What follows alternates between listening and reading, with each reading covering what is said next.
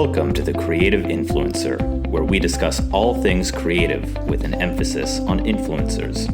The Creative Influencer is hosted by John Pfeiffer.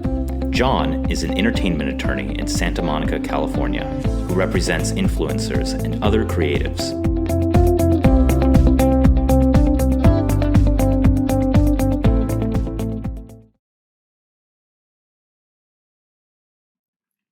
This is episode 6 of the 7th season of the Creative Influencer podcast. Today we interview Josef Schinwald. Josef is the founder of Guest Experts on Air, a company that connects elite professionals with top world-class podcasts for interviews. Josef has a background in media and internet marketing and has taught courses on business measurement and profit patterns. He shares how podcasts are effective for marketing and business development because they attract a motivated audience of high net worth individuals who are interested in continuous education and personal development. Josef also discusses the importance of leveraging social media with podcast content and provides advice for guests on preparing for podcast interviews. Enjoy.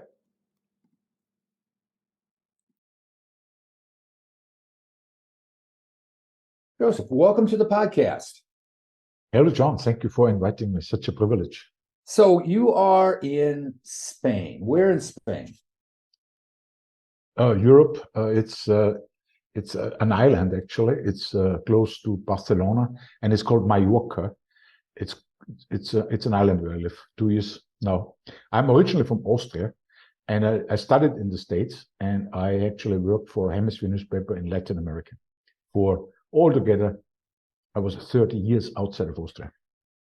And then you're back in Europe. Yes. So you are the founder of a company called Guest Experts on Air. We're going to talk about your journey to there, but I just want to kind of set the scene. What is Guest Experts on Air? We are connecting elite professionals, like influencers. We have here the resonance here, creatives, professionals, elite professionals. We connect them with top world-class podcasts. And they get interviews from us. They get packages of 10, of 20, of 30. Sometimes with an entry level of an experience package of 4. And so they start working with us, and then they get bookings and interviews and then published interviews. And that's what we do. So how long have you been in the podcast space? It's around 4 years, but I have been in the media space a long time before, and the internet marketing space also. I just found podcasts very fascinating because I like to work with solopreneurs, and it's just the one media where you can say you get like 45 minutes to create your branding story. So it's a wonderful advertising avenue and a marketing avenue for solopreneurs. I was 50 times on television when I was in Buenos Aires, and it helped me a lot when I was on television talking about my expertise then, which was business measurement and profit patterns and profit models. And then I got clients from there. And well, I was also a manager of a hemisphere newspaper, but I wanted to say giving interviews, being interviewed was always very fascinating for me. I loved it. And it makes people now, my clients, also very happy. I see it when they say, oh, I had this great interview. There was this awesome host and he asked poignant questions and it was so fascinating. They are happy for a long time afterwards, if it's a good interview, right? Right. So tell me, we're going to come back to your company, but tell me about your journey. Where did it start? How did you get to where you are now? I studied actually, like in New York, I studied a master's in divinity. I was actually on my road to do some spiritual work, but then I had a family of 5 and I had also a bachelor of political science. So I signed up with a hemisphere newspaper and I studied in Central America. From scratch, I started a newspaper chapter, Tiempos del Mundo. I got to stop you just a second. So divinity and political science? But political science was my bachelor degree. Okay. Divinity I did 5 years because I was interested in meditation, in Oriental philosophy, basically. And that doesn't make you a lot of money. So with 3 children, it was a long time ago. I'm talking about 1995. I had to look for some adventure, and I got my adventure working for a hemisphere newspaper, and I started in Honduras, and then I was promoted to Buenos Aires. There were 16 countries. There was all with satellite, done with satellite, and I was then the general manager in the headquarters in Buenos Aires. And that's where I got another master's in international business, and I actually also taught in 3 universities. So how many degrees do you have? No, it's just those 2. Okay, just those 2. Okay. And then, excuse me, you said I read and you just said that you were a professor in 3 universities. Yes. What did you teach? Well, there was at that time, there was this new measurement system coming out from Harvard Business School by Kaplan and Norton. It is called the Balanced Scorecard. They had a lot of success with it. And I like always the newest things. So I was in Buenos Aires. I had all this access to this new books and courses. And so I was the first one doing this in Spanish. And I took on the opportunity, and I just mixed it up with profit models and profit patterns from Adrian Slavodsky, which was a nice combination because you have the four perspectives: the financial one, the customer one, the internal perspective, and then the human perspective, the organizational capital perspective. And all this leads to more profitability. And if you had I taught now the profit models and profit patterns. It was 2 courses basically I had, and I was only teaching to professional managers. How long did you teach? Not long. It was only like 3 years altogether. But at the same time, I was invited to the television for 1 year, every week, 1 week. Every week, I mean 1 year, 52 times. And I was having this idea of studying the masters of business like Richard Branson and Phil Knight and all these masters of business, paradigmatic business founders. And so on television, with their stories, I could explain the profit patterns and the profit models they used. And then it ended up with their incredible success stories. But it was always very entertaining also because the way they started out, like even Bill Gates, everybody has a fantastic story really to tell. And that's what I did. So you did that. And then what was your next step? What was the next step? Yeah, my story is quite long, actually. I make it very short now. So we moved back to Canada. My wife is Canadian. So we moved back to Canada, and I was 1 year in the basement because I was a big shot down there. And then I come to Canada, nobody knows me there. And we did it because the satellites, it was just a 10-year strategic advantage, and it was the internet. And so this advantage with satellites for the newspaper just disappeared. And then we moved to Canada just a year before I resigned. There was I had to lay off some 130 people. I said, you can find somebody else. I don't like that. And I resigned, went to Canada, and there I was in the basement, and I worked on an e-commerce store, and the e-commerce store took off. So I made some $400,000 to $500,000 revenues a year for about 10 years. But then the algorithm changed, and then my story comes to the point where I again go to Central America, then go back to Austria for 2 years, and then see this opportunity of podcast guesting. And I'm writing right now a book about it, and I'm doing an online course about it, but I have great clients. My clients are all influencers and elite professionals, thought leaders, healers, musicians, just like your clients, basically. Like I have Ashana, for instance, she has 200 million downloads of her music.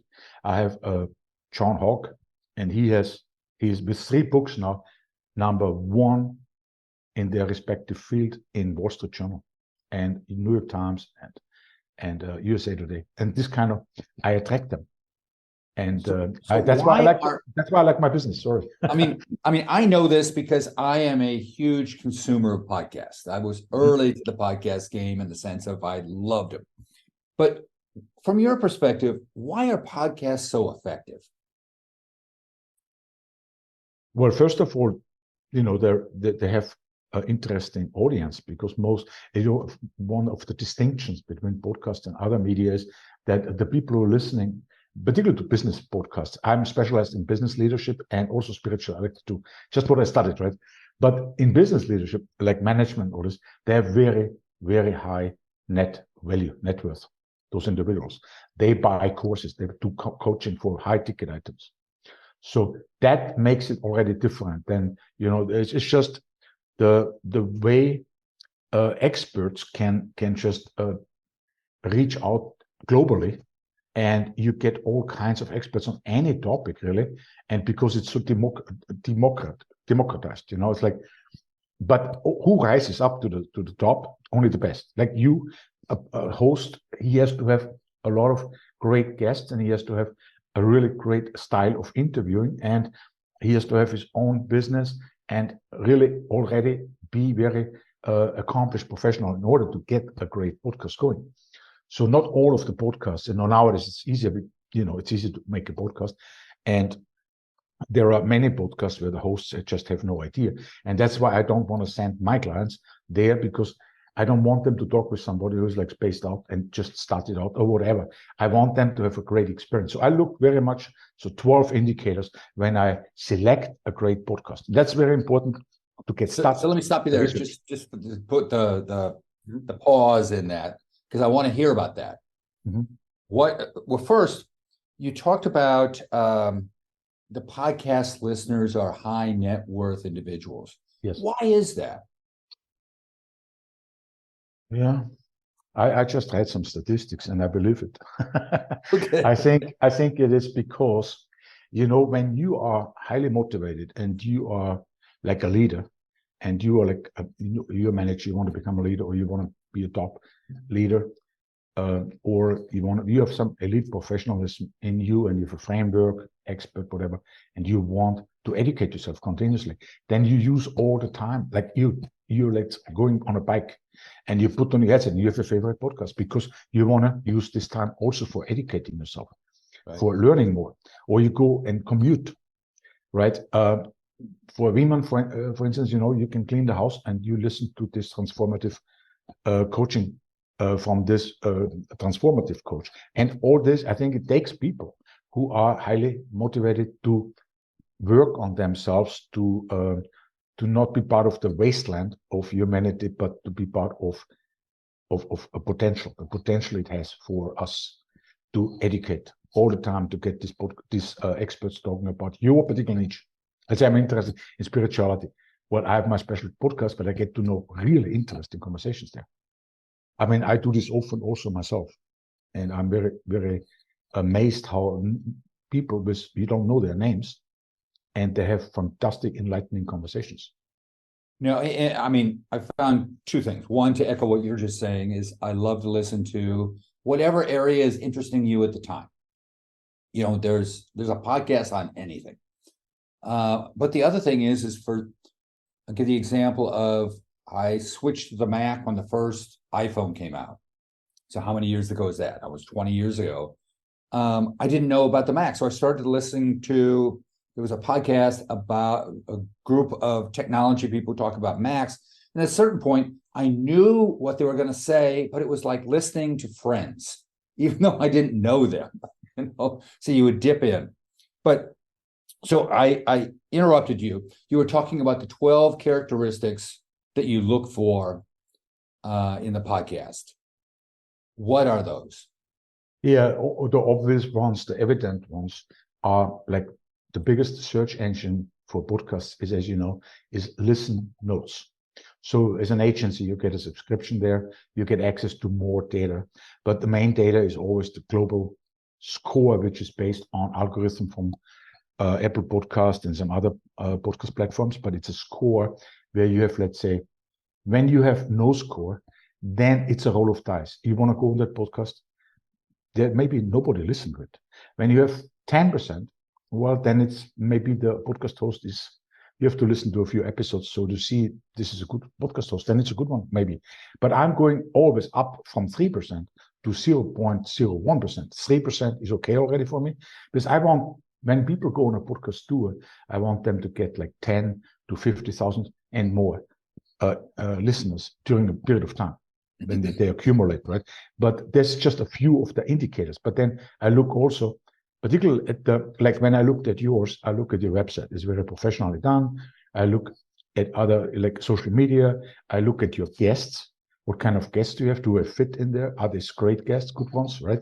So these are all this signs you can say, where you can say this is a good one. But the best is really to listen. You have to listen to a few episodes, and then you get a feeling for it, that this is a great podcast. But there are more, of course. It's like, you can go to the creative. How is the logo? And you see a lot of things. Suddenly you get the pattern recognition. So you don't have to research so much anymore, but you look at it and you know already, oh, this is a good one. Yeah. I mean, we talked a little bit before we started the interview. I take it's easier to start a podcast than it used to be, because it was, when we started this podcast, it was a lot of work. I mean, it was a lot of work. But now there's so many podcasts. Now, and I want to ask you, I saw a statistic that a very small percentage of podcasts go beyond 10 episodes because it used to be so much work. Do you know what that is now? How many podcasts, once they're started, actually continue? I don't know the percentage, but I can definitely tell you that the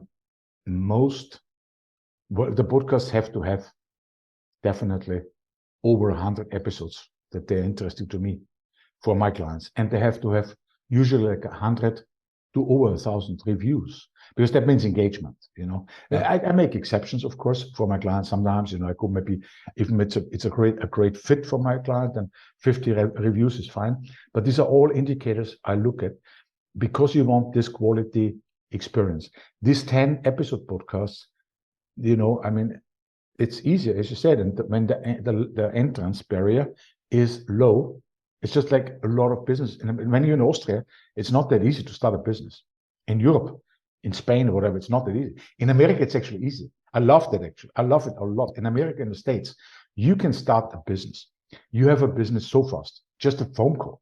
You get a limited liability corporation. But you know how many are going out of business? But that's a natural selection. So with the podcast, it's the same. If you have a lot of podcasts, they only get to 10 episodes and then they go out. It's a natural selection. They tried something, they had an idea, didn't work, they didn't know how to do it, they didn't know how to get the guests, or whatever it was that stopped them again. But only the real persistent people, they continue and they come to 100, 200, 600, 1,000 episodes. And that is an accomplishment, I think. That is an accomplishment. You have to really salute them and say you respect them, because it takes so much persistence to turn out every week this episode, to interview, and then all the follow-up work. I mean, now it's also getting easier with AI, because now there's already AI out there where you just put in this recording and it really automatically makes it great with sound and all this, and it even turns out formatted, chopped up episodes for LinkedIn or for Twitter, which is always different. But the AI, that will be a huge game changer soon, because it goes so fast. Like 3 months ago, now 6 months later. I mean, this is going to be helping us all a lot in this industry, because it's so much work to do the editing. You listen to the episode again, audacity, right? You format it, you just have to balance out the audio, and then you upload it and all this, and it's hours of work, actually. Yes. So it does become easy. Yes. So one of the topics that you talk about is leveraging social media with podcast content marketing. Can you talk about that?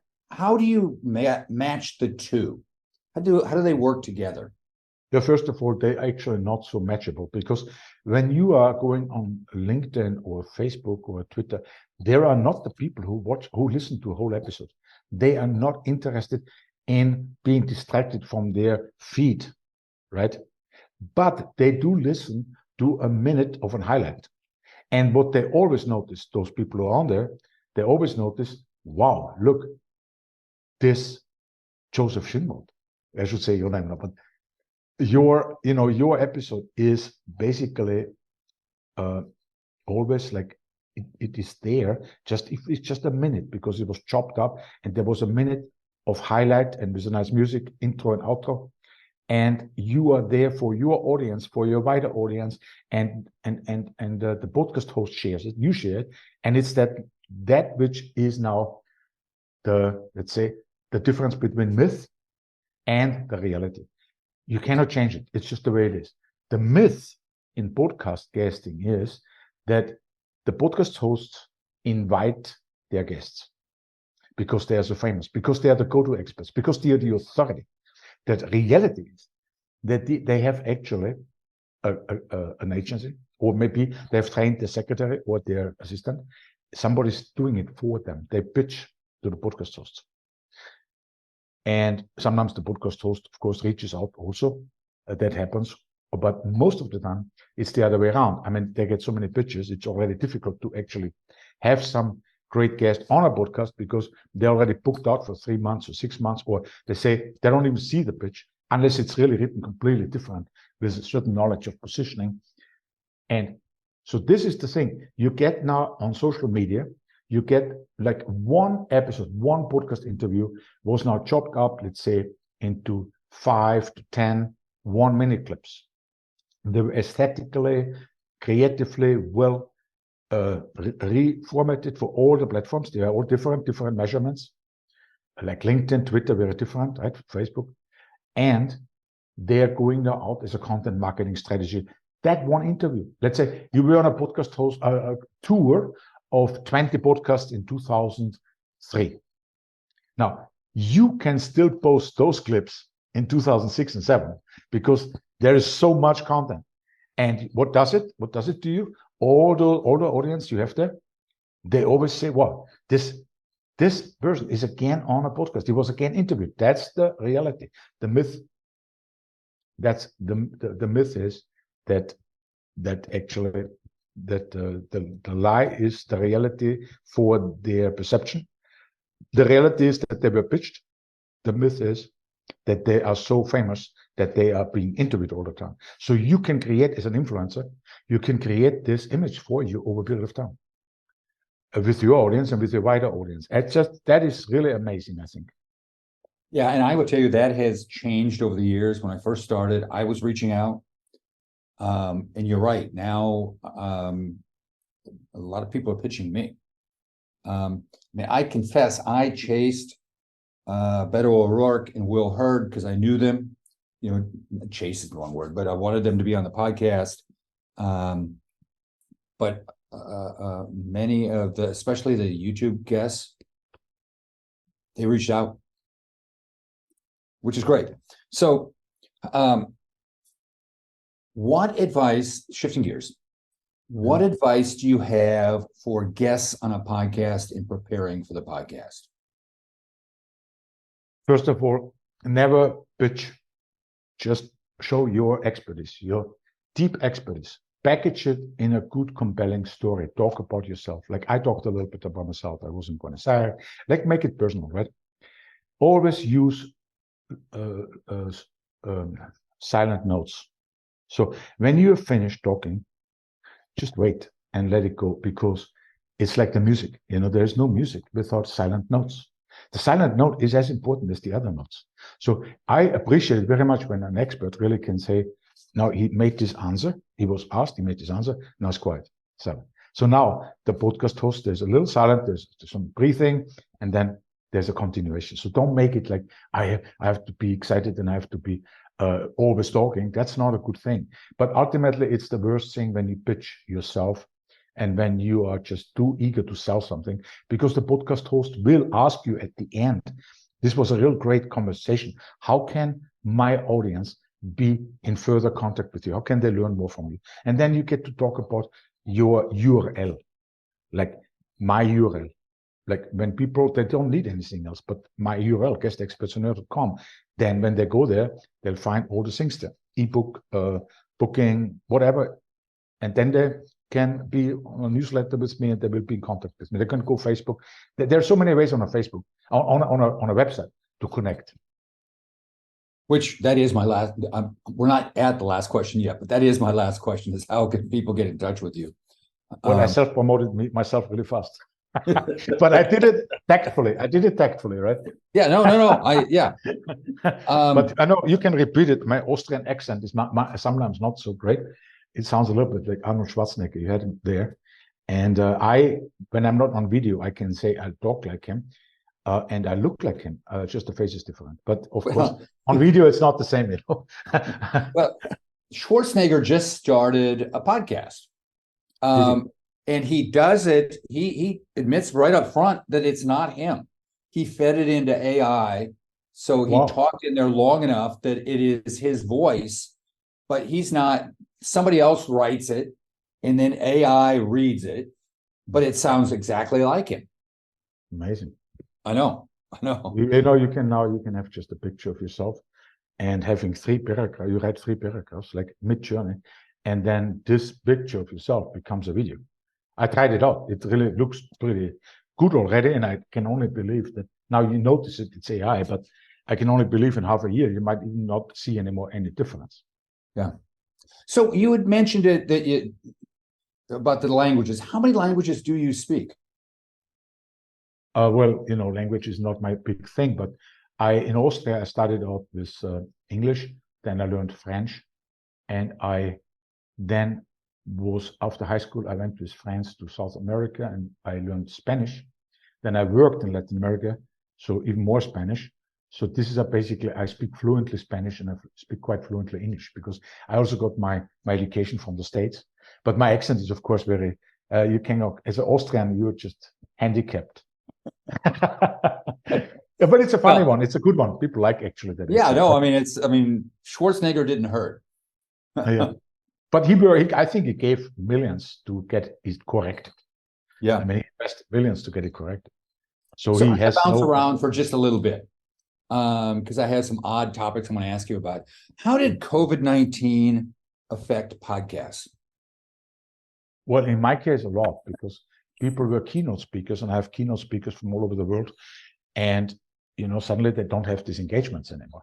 So they're asking themselves, how can I promote myself? So basically, professional speakers were more likely to go on podcasts, even though they couldn't get paid for it, like they get paid for keynote speaking, like $10,000, $100,000, but they did it. And people were at home anyway, and it was just a way to do marketing at the time because you could reach hundreds of thousands of people over a period of time during COVID, and you couldn't travel anywhere anyway.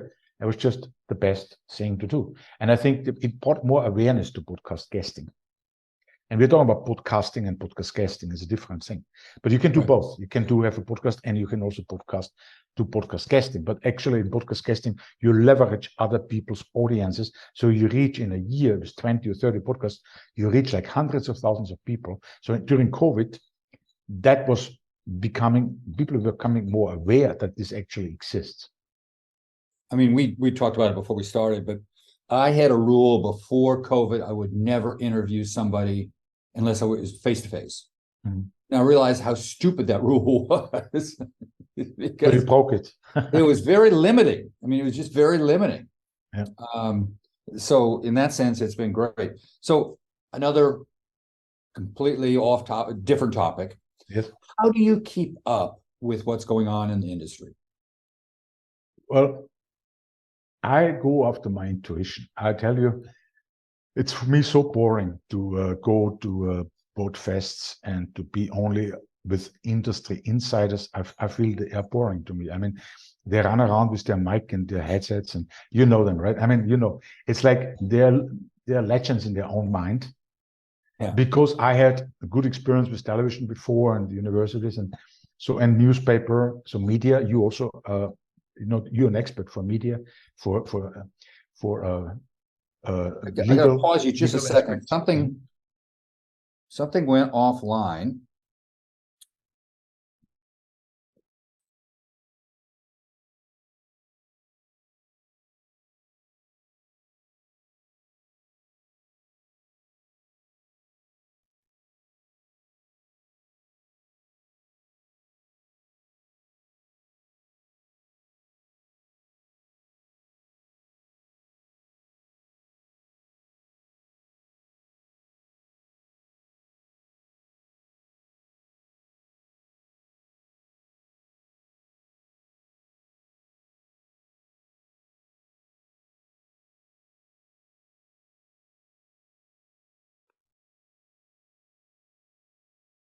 That was strange. Sorry, it was, when did it happen? Do you want to repeat? Yeah, it was some connection. Just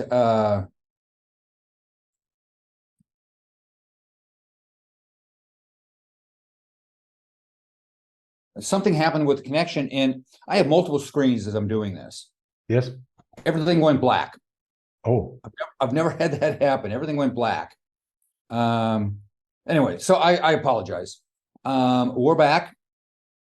I don't stop sharing. Oh, that's what happened. Yeah. Somehow it hit share. Was sharing my Zoom. Oh, then it's explained. The mystery. Don't know what happened. Okay, so we're back. You have the question. Didn't plan on that. So prediction time.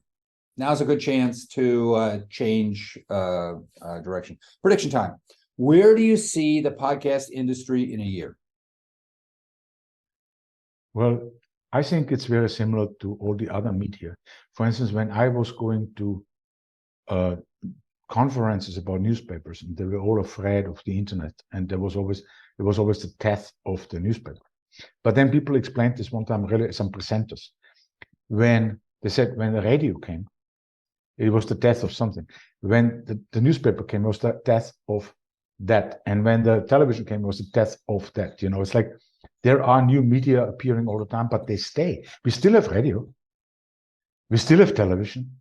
So we will have this podcasting. It's not going to go away. The only thing I see is can only become more and more popular because of AI. And why? Because content, original content, will be more valuable.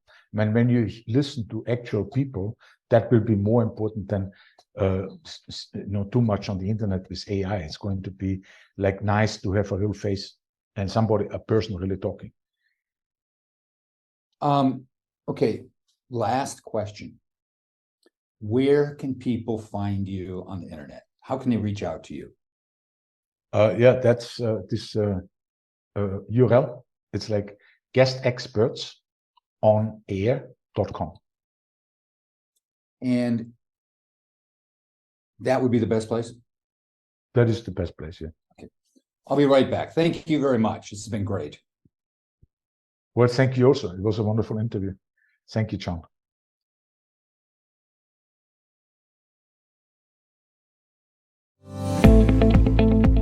That's it for this time. If you enjoyed our podcast, please write a review on iTunes and tell your friends to subscribe. If you have any questions about influencers or suggestions for future episodes, email them to John at Pfeiffer@pfeifferlaw.com. Thank you for listening.